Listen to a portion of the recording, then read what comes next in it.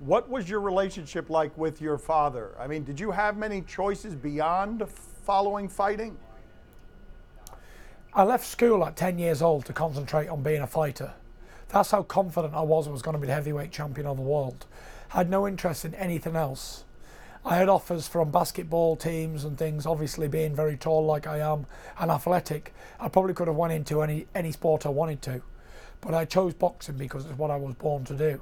You're bright, you're introspective. Leaving school at 10 years old left what kind of damage?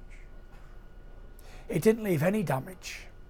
A lot of my friends who was in school at the time, and they all had big ambitions, and I think I've been the most successful person in my school, barring none. So, and I left at 10, and they went right through to college, university, graduation, all that sort of stuff. And I way succeeded those guys. So I knew what I was going to do. And I knew how to do it. Was there any doubt or concern in your family about pulling you out of school at 10 years old? No. All my family believed that I was going to be the heavyweight champion of the world. There was no doubt. From the first day I laced a pair of boxing gloves on until this moment now where we're sat here, I was always going to be the heavyweight champion of the world. Heavyweight champions aren't made, they're born. So you're saying you weren't programmed. You're saying even though your lineage, even though your father, you saw him, he was a fighter, that's the model in the house, you're saying this was preordained, this is destined, this has nothing to do with... 1,000,000%. It has nothing to do with who you are, where you're from, what background you're from. Because I was told that I wouldn't make it as a boxer because I didn't come from a disprivileged background. You know, when I was 17, I had brand new Mercedes cars going to the gym. I had everything that a young man could want. I could earn money outside of boxing. I didn't need to become a fighter to change my life because I was happy with the life I already had. But I believe the driving one individual is what counts, no matter what background you're from. But I once done a round table with Lennox Lewis, Frank Bruno, and a couple of other heavyweight champions from the past, a couple of cruiserweight champions as well. And they all agreed that I won't make it because I didn't come from that background. So how wrong people are to judge others on their background. What a strange thing then, and I know we've talked about some of this before, to arrive at your dreams, at your preordained destiny, and to be empty and look around and be like, well, this is kind of empty. Let me go get the cocaine. Let me go get the booze. Let me go get lost. I thought this was going to be something else. Like, you haven't had a darker period than that one, have you? No, but I've suffered with depression and anxiety my whole life and didn't really understand it up until recently where I'd done a lot of research on it. I trained and I'd put all my eggs in one basket on becoming heavyweight champion. My goal was always to beat Wladimir Klitschko. And when I achieved that, it was like a darkness, an emptiness had arose on me. I was very depressed going into the Wladimir Klitschko fight. But one thing I'm good at is keeping my personal life and me as a boxer separate. When I'm boxing, nothing else matters. But when you're not and you've got all that time to think about everything that's going on and put yourself in a deeper depression, that's what happened to me. I achieved everything I ever wanted to achieve, beating Klitschko, becoming a world champion, earning plenty of money and becoming successful.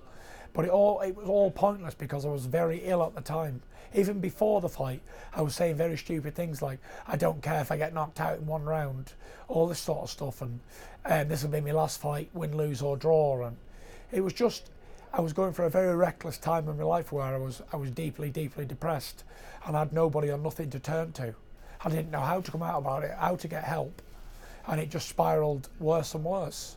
And I thought that it must be me, there's something wrong with me, that why I'm feeling like this. But I recently found out that I'm not the only person who suffers from mental health problems, and it's a massive, massive problem in the world. Did you know that mental health is the biggest killer of men under 35 years old, bigger than cancer, car crashes, any other disease? Mental health. It must have been interesting to you to learn that in real time, to find words on a page that spoke, oh, this is what was wrong with me. There must have been great discovery in it. Very good discovery, you know.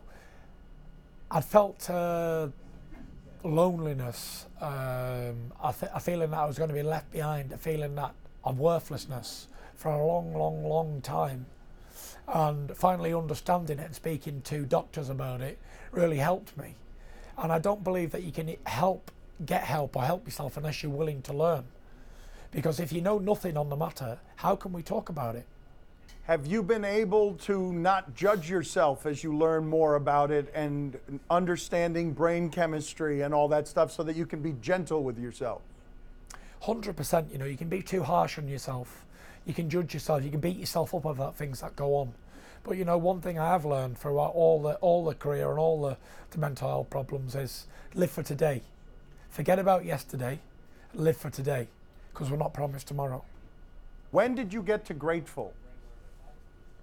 I got to grateful when I come out the other side of the dark tunnel, because up until I had this depression and I've going through this my whole life, sort of on a professional level, I took everything for granted. Like whatever I wanted, I'd done and achieved, and it all came so easy to me. But it was the personal life that I was struggling with. Tyson Fury as a brother, a son, a husband and a father, rather than Tyson Fury as a boxer and a showman. That side was great. The home side wasn't so great. It got to a point where only a few years ago, I definitely thought that I was going to end up in a padded room, in a straitjacket somewhere. And I think you got to give thanks and be grateful for breathing fresh air and being in a well mood when you're thinking like that to get to this point again. I'm just so happy to be alive and well, and I'm going to continue to spread the story as much as I can to inspire others to get well again. And because I'm a living example, proof that you can come back from anything, no matter how low it gets or no matter what you do in your life, you can always pick yourself up, dust yourself off and continue to move forward if you're willing to seek help. Tyson, appreciate the honesty as always. Love talking to you. Thank you, sir. All the best. God bless you. Take it easy.